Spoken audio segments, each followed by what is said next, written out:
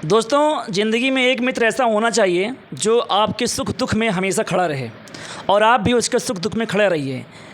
10-20 दोस्त से अच्छा है कि एक दोस्त ऐसा हो जो आपके लिए हमेशा खड़ा रहे। मैंने आपसे बहुत पहले ही कहा था कि मैं आप लोग को एक अपने ऐसे मित्र से मिलाऊंगा जिसको सुन के आपको बहुत प्रेरणा मिलेगी। बहुत लोग के मन में ये आता होगा कि सर मेरा सिलेक्शन नहीं होगा, मैंने इतना एग्ज़ाम दिया है, सर मेरा कहीं पेपर निकलता नहीं है, सर ये क्वेश्चन गलती हो जाती है, गोला भरने में गलती हो जाती है, सर अब मैं थक हार गया हूँ, मुझे नौकरी नहीं मिलेगी। ये बहुत लोग के दिमाग में आता होगा, बहुत लोग सोचते होंगे ऐसा, क्योंकि भाई देखिए ऐसा बैकग्राउंड है हम लोग का, मध्यम वर्ग बैकग्राउंड। ये दिमाग में आना स्वाभाविक है। जो छात्र तैयारी करता है वो ये नहीं कहता कि मेरा हो ही जाएगा। और इसमें बहुत से मेरे भाई ऐसे होंगे जो 3 साल 4 साल 5 साल 6 साल से तैयारी कर रहे होंगे और पेपर भी नहीं निकल रहा होगा। जो बातें मैं कह रहा हूँ ये बातें आपको रिलेट कर रही होंगी, क्योंकि ये गलतियाँ मैंने भी की हैं।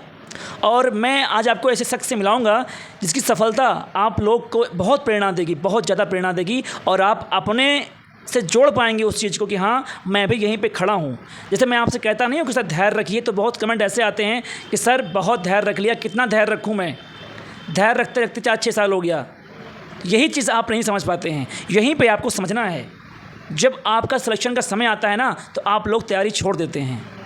वही क्षण होता है कि उसी एक दहलीज को पार करेंगे तो आगे आपका सिलेक्शन आपका वेट कर रहा होता है। ज़्यादा लंबी बात नहीं करते हुए मैं आपको डायरेक्ट अपने मित्र से मिलाता हूँ, जिनकी बातों को आप सुनिए और ये बातें कहीं ना कहीं आपको ज़रूर रिलेट करेंगी। आप स्वयं अनुभव करेंगे, हाँ जो सर झेले थे वही मैं झेल रहा हूँ और मुझे इस संघर्ष में अपने को रोकना नहीं है। सफलता वही पाया है जिसने संघर्ष किया है। अब आपको मिलाता हूँ अपने मित्र से।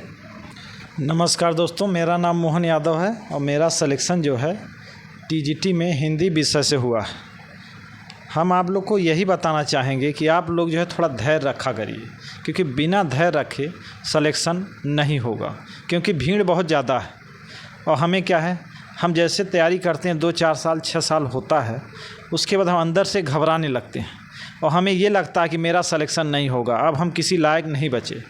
यही हमारे मन में भी बात आती थी, हम बहुत परेशान हो जाते थे, अंदर से एकदम घबरा जाते थे। लेकिन ये जो हमारे मनीष दोस्त हैं, ये जो है हमको हमेशा मार्गदर्शन देते रहे और ये बताए कि ऐसा है, आप लगे रहिए, तैयारी मत छोड़िए, आपका सिलेक्शन होगा, आज नहीं तो कल होगा। लेकिन हम में भी ये विश्वास नहीं हो रहता था कि कब होगा मेरा सिलेक्शन, क्योंकि भाई 1 साल 2 साल ऐसे 6-7 साल हमारा भी बीत गया और हमें अब अंदर से ये विश्वास था कि अब मेरा नहीं होगा सिलेक्शन। लेकिन लास्ट में क्या, हमने पढ़ाई नहीं छोड़ा, पढ़ाई हम कंटिन्यू करते रहे और देखिए आज मेरा जो है सिलेक्शन हुआ। और तो मैं आप लोग से यही कहना चाहता हूँ कि आप लोग जो है धैर्य ना छोड़िए, धैर्य बनाइए रहिए और इधर उधर के कोर्स के चक्कर में मत पड़िए। ये जो लोग कोचिंग अपना चला रहे हैं पीडीएफ लेके हम प्रिंट आउट निकाल के पढ़ लेंगे, तो कोई नहीं पढ़ता। हम कभी बहुत प्रिंट आउट निकाले लेकिन कभी उसको जो है कंप्लीट नहीं किए। ठीक, सबसे अच्छा हम आप लोग को यही राय देंगे कि आप लोग किताब पढ़िए, किताब लाइए, किताब से पढ़ेंगे वो कभी हमको हमेशा, अगर 3-4 बार हम किताब पढ़ लेते हैं तो भूलता नहीं है। अगर भूल भी गया, क्वेश्चन आ गया तो हम अच्छे से उसका आंसर मार देते हैं, इसमें क्या हमें दिक्कत नहीं होती है।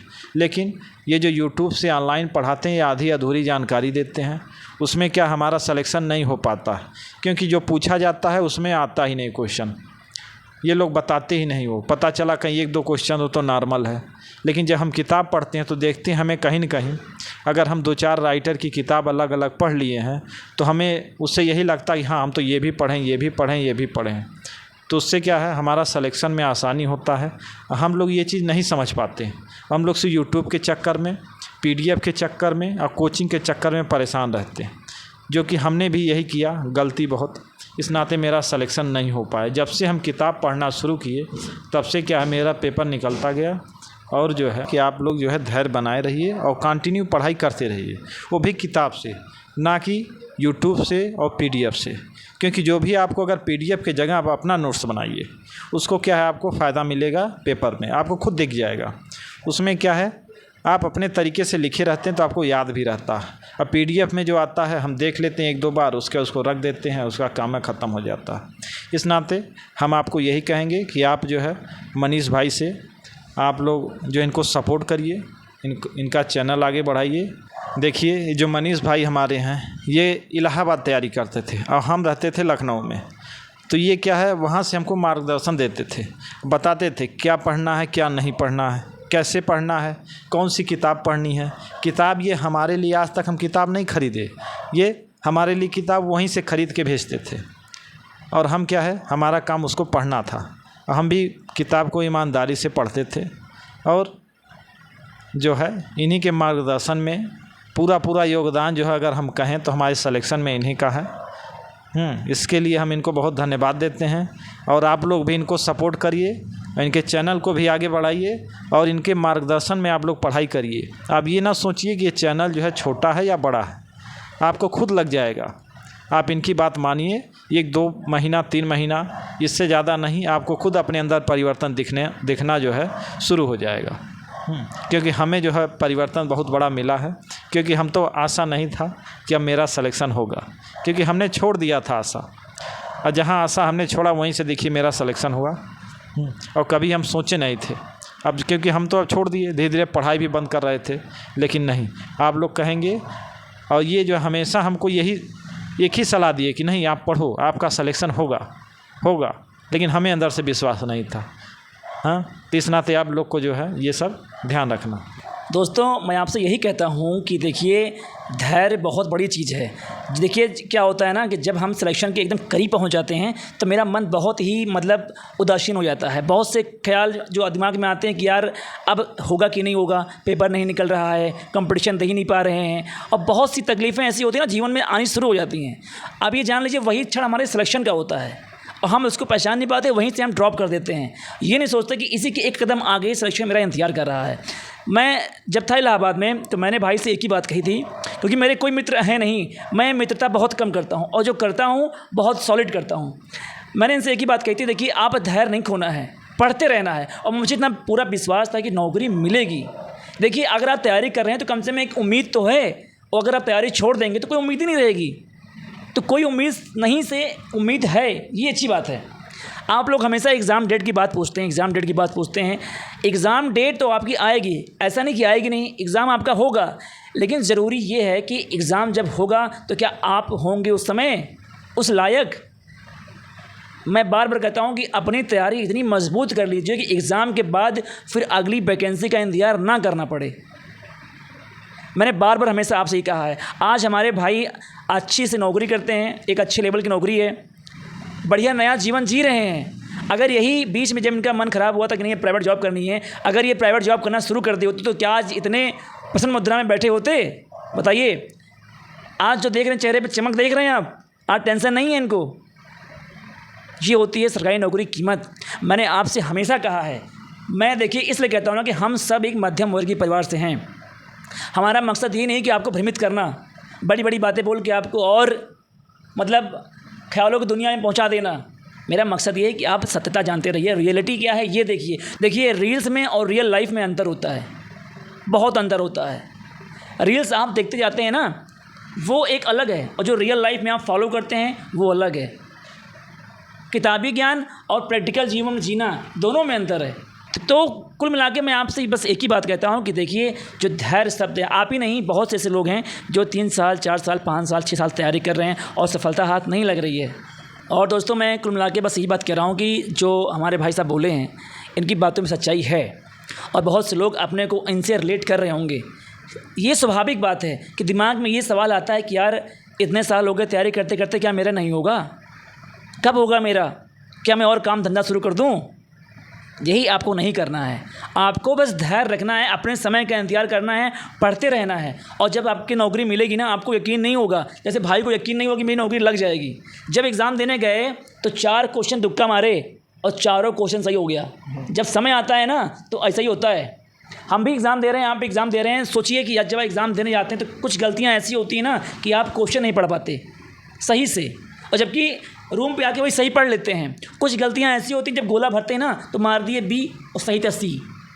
ये हमसे नहीं, कई लोग से ऐसा होता है, ये कॉमन गलतियाँ हैं।